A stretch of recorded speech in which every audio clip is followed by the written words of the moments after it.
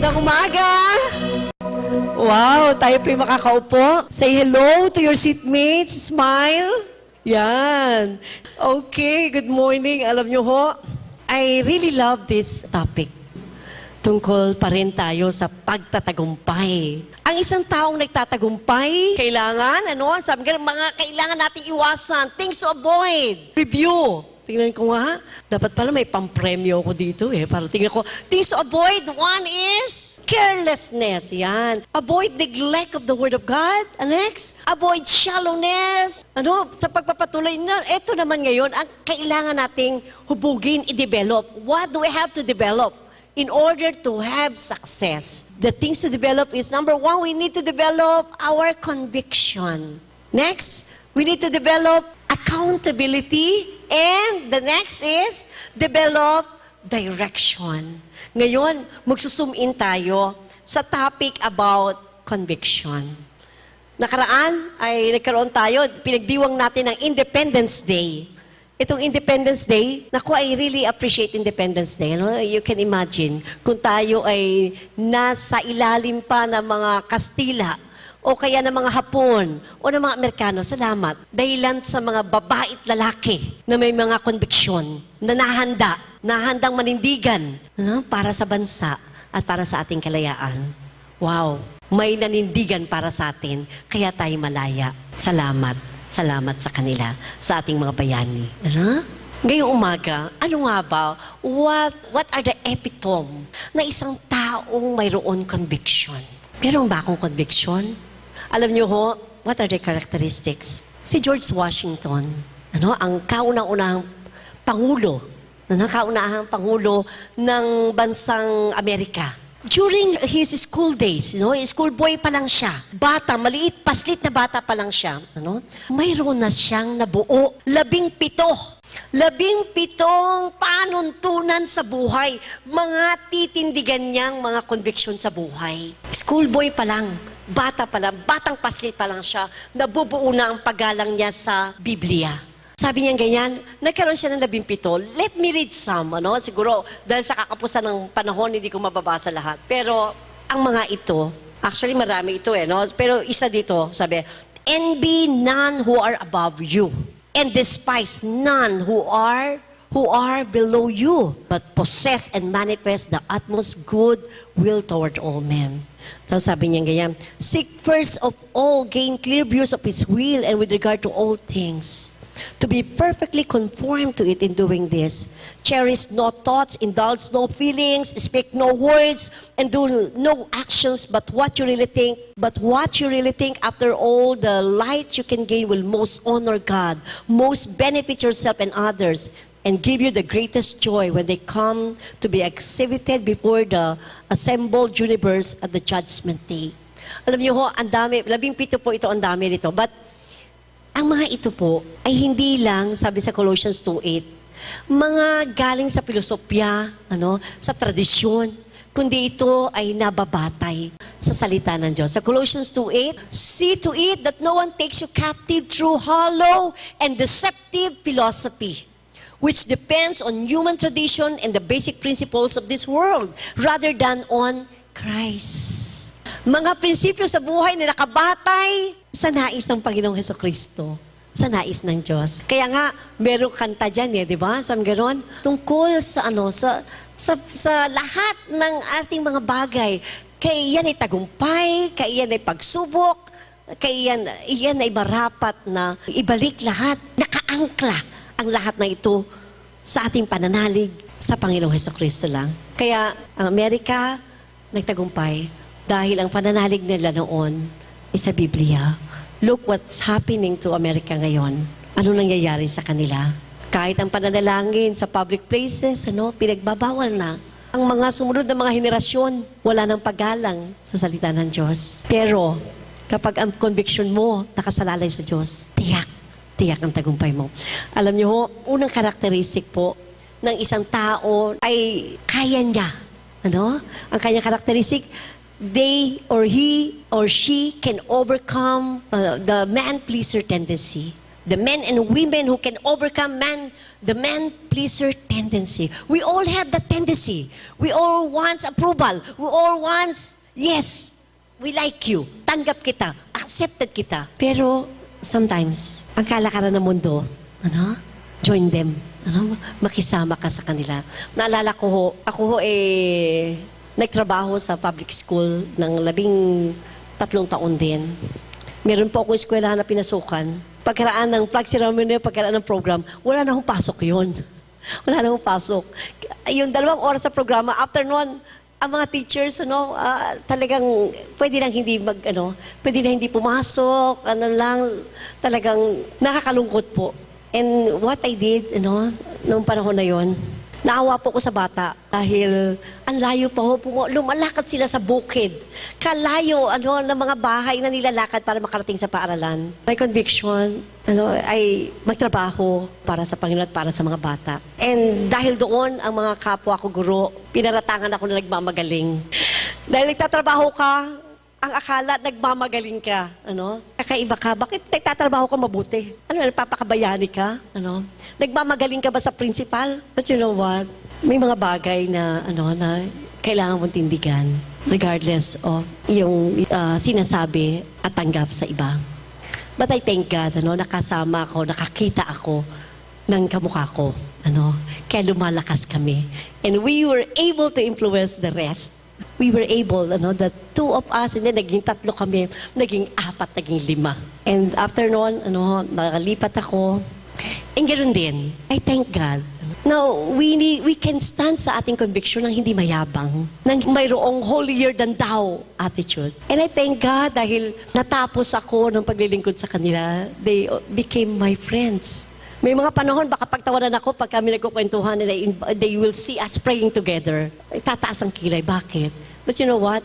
Pagkaraan ng mga ilang taon, they were the ones coming to me for prayer, for advice. Alam nyo, naghahanap lang ang Diyos ng mga tao maninindigan. Before, ang aking mga kapatid, natatawa lang kapag ako'y, pero I always end with prayer, and let's pray, let's commit it to God, At first, napipilitan lang. But you know what? Karamihan sa kanila ngayon, sa aking mga kapatid, are seeing the answer of God sa aming mga panalangin. Nakikita nila ang tugon, ang Diyos na tinatawagan ko'y totoo. Naniniwala tayo, regardless kung ma-please sila o hindi, I will do what I must do. It is to commit to God anumang mga sisimulan ng pamilya. Mga pasyahin na sa standard ng mundo, ganito lang, but I really need to stick to what the Bible is saying. But igagalang ka pala nila. I have proven that, Mas igagalang ka nila kapag naninindigan ka sa tama. And I'm really happy, ang parents ko, ang mother ko, every day, she will call me, Tess, hindi ka pa tumatawag. Prayer time na nating dalawa. Every day, pag-gising, nung dati na nanay ko napipilitan lang makipag-pray sa akin, but now, she initiated, anak, magpe-pray na ba tayo? And she is seeing the answer of God. Subukan mo. Sa mga kwentuhan, di ba nga pagka magkakaibigan, magkakabarkada, masarap pagkwentuhan? Buhay ng iba. And minsan, medyo kapintasan na rin ng iba. Sabi nga, if you cannot say anything good, don't say anything bad. And I found this effective. Yung aking mga kaibigan whenever magkukwentuhan sila tungkol sa isa sa mga wala doon, I won't say, masama yan. Hindi tama yan. We do not need to say that. Hindi pa pala kailangan sabihin yun, Model to them. We just need to model to them ano ang tama. Talk about positive things about that person. Pag-uusapan anong maganda doon sa tao. And they will say, oo nga, ganun nga siya. And you will notice, susunod sila. When you start to do right, tinaas mo ang standard nila. Itinaas mo ang standard ng pamilya. Itaas mo ang standard ng samahan nyo. Start talking about good things. Just model to them. Please God. Sa mga talatang ito, tingnan natin si Shadrach, Meshach at Abednego. The men who lived not to please the king, who promoted them, they are captives. Dapat, sila yung mga bihag. At napakaganda ng kanilang posisyon. Kasi sila yung mga bihag. Dapat sila ay bibigyan ng mahirap na trabaho, itratrato ng malupit. Pero alam nyo, si Shadrach, Meshach at Abednego, nanindigan pa rin. Nagkaroon ng utos ang hari na sumamba sa kanyang mga Diyos at sa mga pinagawa niyang ribultong ginto. Ano? Alam ng mga naiinggit kay Shadrach, Meshach at Abednego, walang makitang mali sa kanila. Walang maipula sa mga lalaking ito. Pagka ba tinignan tayo ng tao, may maipupula ba? Ito sa kanila, walang maipula. Kaya ang ginawa ng mga kalaban niya, alam na natin kung paano sila hulihin. Yung kanilang pananampalataya, hindi tsak sila luluhod. Hindi kailangan sila magdadasal sa ribultong ito. Ito ang paggawa natin sa hari. Let's recommend this to the king. So gumawa ng, gumawa ng ribultong ginto. Pero alam niyo, sabi ni Shadrach at Meshach, anong sabi niya? Sabi, papahagi sila. Ipapahagi sila. Sinabi ni Shadrach, Meshach at Abednego, mahal na Haring Nebuchadnezzar, wala po kami masasabi sa inyo tungkol sa bagay na ito. They do not live for the king. Maraming mga tao, ang nais, comfort nila, safety nila. Yung convenience nila. But not Shadrach, Meshach, and Abednego. Kahit na ang nakasalalay ay buhay. Wow! Kahit na nakasalalay, ito promotion nila. They are promoted. Yung convenience nila, conveniente sila. Among the many Jews, sila promoted. Among the many captives, sila napili. Alam niyo, napili sila? Alam niyo kung bakit? Palagay ko noong pamantindig pa lang nila. Tayo pa lang nila, itsura pa lang nila, tingin pa lang nila, mayroon ng conviction. Kaya pagka yung tao, lalaki at babae, may conviction, maahalata mo yan. And sila, nangingibabaw, na-promote sila. Pero kahit na, at stake ang kanilang convenience, at stake ang kanilang magandang trabaho, ang masarap na pagkain, ang masarap na posisyon, kahit na ang buhay nila at stake. Kahit na ang buhay nila ay nakasalalay, they were willing to stand sa kanilang conviction. We do not need to defend ourselves before you in this matter, sabi nila sa king. Kasi nabubuhay sila, hindi para kanino, para sa tao. Nabubuhay sila para kanino? Para sa Diyos. Kung mawala ako sa posisyon, alam niyo kung bakit? Second point, dahil kilala nila ang Diyos nila. Because they strengthened their faith. Matibay, matatag ang kanilang pananampalataya. Dahil sa kanilang pagpapahalaga sa Diyos. Sabi sa John chapter 1 verse 1. Sabi, in the beginning was the Word, and the Word was with God. And the Word was God. Ang salita ng Diyos, bahagi ng kanilang buhay. Sa Biblia, makikilala mo ang Panginoon. Alam nila ang kapangyarihan ng Diyos. Alam nila na ang Diyos ay mabuti, ang Diyos ay may magandang plano, ang Diyos ay may kakayanan silang iligtas. They knew who God is. Dahil they devote themselves in prayer. They devote themselves in studying the Word of God. Knowing who God is. Gaano mo kakilala ang Diyos? Mas malaki ba ang problema mo kaysa sa ating Diyos? Kung may problema ka man, kung kilala mo kung sino ang Diyos, you will continue to have peace. You will continue to have joy. You will continue to be faithful because you know who God is. Ganyan. Ganyan si Shadrach, Meshach at Abednego. Alam nyo, this man, si Brother Yun. Grabe. Si Brother Yun, siya yung isa sa mga leader ng mga house churches sa China. Kung habang binabasa ko to, I cannot help na iiyak talaga ako. Napapahiya ako. Dahilan sa hirap na dinadanas niya bilang Kristiyano. Pero, nananatili siyang matapat. Nananatili siyang matibay sa kanyang pananampalataya. Because, sabi niya ganyan, ang lahat ng ito, hanggang dito lang, kilala ko ang aking Diyos. Mananatili akong matapat sa Kanya. Dumating siya sa punto na, Panginoon, he also questioned, oh Lord, why? Kunin mo na ako sa hirap ng dinadanas niya. And then the Lord spoke to him, I have chosen you. I want you to share with my sufferings. Just be still and know that I am God. Alam nyo, after noon, mayroong siyang naalala mga salita ng Diyos. Kung hindi tayo nagbabasa ng Biblia, wala tayong maalala. Pero siya naalala niya mga salita ng Diyos. And the Lord assured her, the Lord comforted him, the Lord assured him dahil sa kanyang mga salita. And he was able to stood sa kanyang pananampalataya. Ang daming himala ang ginawa ang Diyos sa kanya. Lalo siyang, yung kanyang pananampalataya ay lalong tumibay. Tayo, gaano mo kilala ang Panginoon? Shadrach, Meshach, at Abednego, na kaya nilang manindigan sa Diyos, na kaya nila na masunog ng buhay dahilan sa kilala nila ang Diyos. Sabi niya ganyan. Anong sabi niya? Let's look at the verses, yung mga sumunod na talata. Ang sabi niya dito, gawin ninyo kung iyan ang gusto nyo. Ang Diyos na aming pinaglilingkuran, ang magliligtas sa amin sa naglalagablab na pugon at mula sa inyong kapangyarihan. Kung hindi man niya kami iligtas, hindi pa rin kami maglilingkod sa inyong mga Diyos ni sasamba sa rebultong ginto na pinagawa ninyo. Wow! Ganito ang kanilang pananampalataya sa kanilang Diyos. Dahil kilala niya kung sino ang Diyos. Gaano natin siya kakilala? I thank God. Napakaliit ang aking pananampalataya.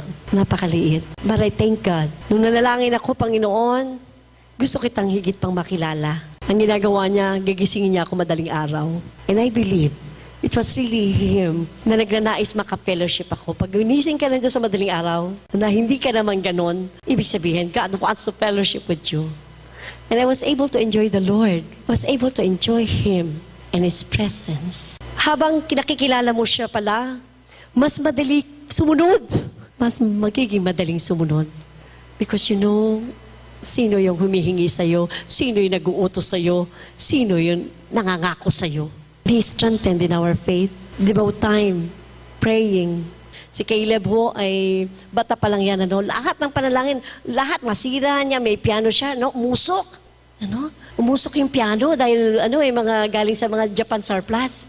He really, he knelt down and prayed. Alam niyo ba? Umusok na yun. Pero nabuo. Nabuo. Nakita ng batang ito, bata pa lang siya, nakikita niya tugon ng panalangin. Na ang Diyos na pinapanalangin natin ay tumutukon, makapangyarihan. May pangailangan ka, subukan mo, just pray. May desisyon kang gagawin, pray. Read the Word, and you will be guided ng Diyos na buhay. Be strengthened in our faith. And sabing gano'n, nakakalungkot po, na napaka-importante po na ang isang lalaki at babae na mayroong conviction. Naalala ko po si Grace po. Di ba si Grace po? Nakakatuwa na sabi niya ganyan, si Vice President Binay, kaibigan ko yan. Mga kaibigan ko sila. Pero kaibigan ko pa sila, subalit ang pagkakaibigan, ay hindi naka-apekto sa kanyang pasyahin. Para pumirma sa kanyang plunder case. Sabi niya gano'n niya, ang sabi niya ganyan, magkaibigan pa rin kami. Subalit ang aking katapatan ay marapat para sa ating bansa. Kaya ang bansang Pilipinas may pag-asa. May pag-asa dahilan sa may mga babaeng may lalaki na may paninindigan para sa paggawa ng tama. Meron ka bang mga hamon ng paninindigan? Subukan mo. Subukan mong tumayo at tumindig.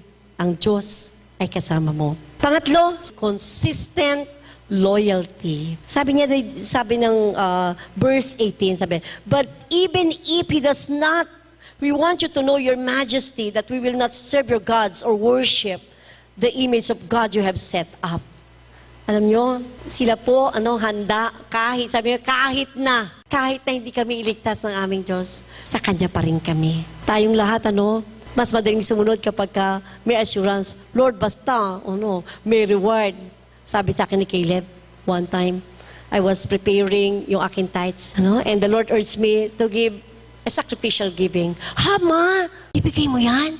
Oo, anak, para sa Lord. And I was surprised, sabi niya, Ma, basta, pag nabigay ka, hindi dahil nag-aantay ka ng kapalit sa Lord, ha? And I was thankful na alam niya na tayo'y sumusunod, hindi lamang dahil sa kapalit na biyaya ng Panginoon.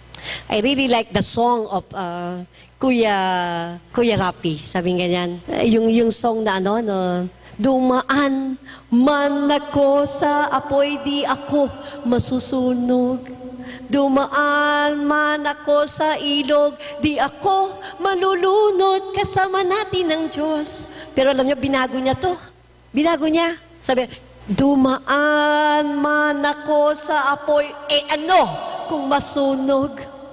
Dumaan man ako sa ilog, ano kung malunod, kasama natin ang Diyos. Ayan, wow. Sabi ko, tama. Tama. So what? No? Our life belongs to God. Sa Kanya ang buhay. Itong si Heavenly Man, si Brother yun, nakatagal siya dahil isipan niya, ang anumang paghihirap, dito lang yan. No? I'm looking forward sa aking heavenly life. Kaya tinawag siya Heavenly Man. Basta, maninindigan siya. Mayroon niya isang lalaki, may cancer siya. Itong lalaki may cancer, sabi niya ganyan, malapit na, buwan na lang ang lalalabi sa akin, mamamatay na ako. Gusto kong gumawa at mag-iwan sa buhay na ito ng maganda. I want to die a hero. Kaya ginawa niya, may isang pagkakataon na mayroong isang hostage taking na naganap sa malapit sa lugar nila. Talagang wala sa sarili yung nag-hostage. Talagang lahat ng lumalapit talagang binabaril niya. Sabi niya ganyan, ito na yung pagkakataon ko. Kaya ang ginawa niya, dahil nais niyang, sabi niya, mamamatay na rin ako, handa na ako mamatay. Kaya nagulat talaga ang lahat. At nagulat din yung hostage taker. Kasi lumalapit, sinubukang paulanan ng baril sa lupa. Hindi natatakot, hindi natitinag. Nagpaulan uli ng bala sa itaas. Wala. Tuloy-tuloy lang siya. Nakapasok siya. Gulat na gulat ang lahat. Napabilib ang mga hostage takers na ito dahil sa tapang na lalaking ito. Kaya nailabas niya ang mga bandidong ito at tuwang-tuwa ang mga tao. Tinanong siya, bakit? Sabi niya, ang buhay ko na ito, mamamatay na rin lang ako, gusto kong mamatay sa magandang paraan. Kaya lahat, may magkaroon ng uli ng mga insidenteng hindi maganda na nangangailangan ng isang tagapagligtas. Nandun siya. Minsan, may tumawag sa kanya, doktor niya, kailangan mong pumunta sa klinika. Punta siya, humihingi kami ng dispensa sa malaking pagkakamaling nagawa namin. Hindi pala ikaw ang may cancer. Nagkapalit pala kayo nung iyong pasyenteng katabi mo noon. Tapos, nagkaroon na naman ng insidente. Tinawagan siya dahil lagi siya nandun. Sabi niya, Johnny, we need you here. Pare, hindi na ako pwede. Bakit? Wala pala akong cancer. Consistent loyalty. Shadrach, Meshach, and Abednego has consistent loyalty. Kahit na sila'y masunog, kahit na mawala ang lahat ng nais at pangaat at hinahawakan nila sa mundong ito, they are not attached sa kanilang mga material na bagay. They are not attached to the position. They are not attached sa parangal. They are not attached even to their lives. They have consistent loyalty. Kahit na hindi kami iligtas ng Diyos namin, kahit mamatay pa kami, consistent loyalty. This man, si Johnny, na may cancer, bigla siyang, mas nagpahalaga sa kanyang buhay. Consistent loyalty. How is our loyalty? Our loyalty to our country ends when our loyalty to God begins. Kung ang loyalty natin sa tao, this will end only kapag ito'y at stake ang ating loyalty sa Diyos. Let's develop consistent loyalty. We can say and we can sing, dumaan man tayo sa apoy, kung masunog. Dumaan man tayo sa ilog, kung malunod. Kasama natin ang Diyos. Tayo manalangin. Panginoon, maraming salamat po. Ang aming pong mga buhay ay galing sa iyo.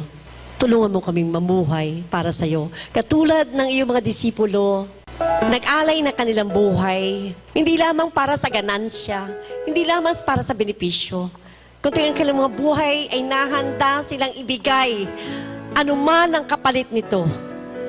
Dahil naniniwala sila na ika'y totoo, na ika'y karapat-dapat para sa aming buhay. Sa pangalan ni Jesus. Amen.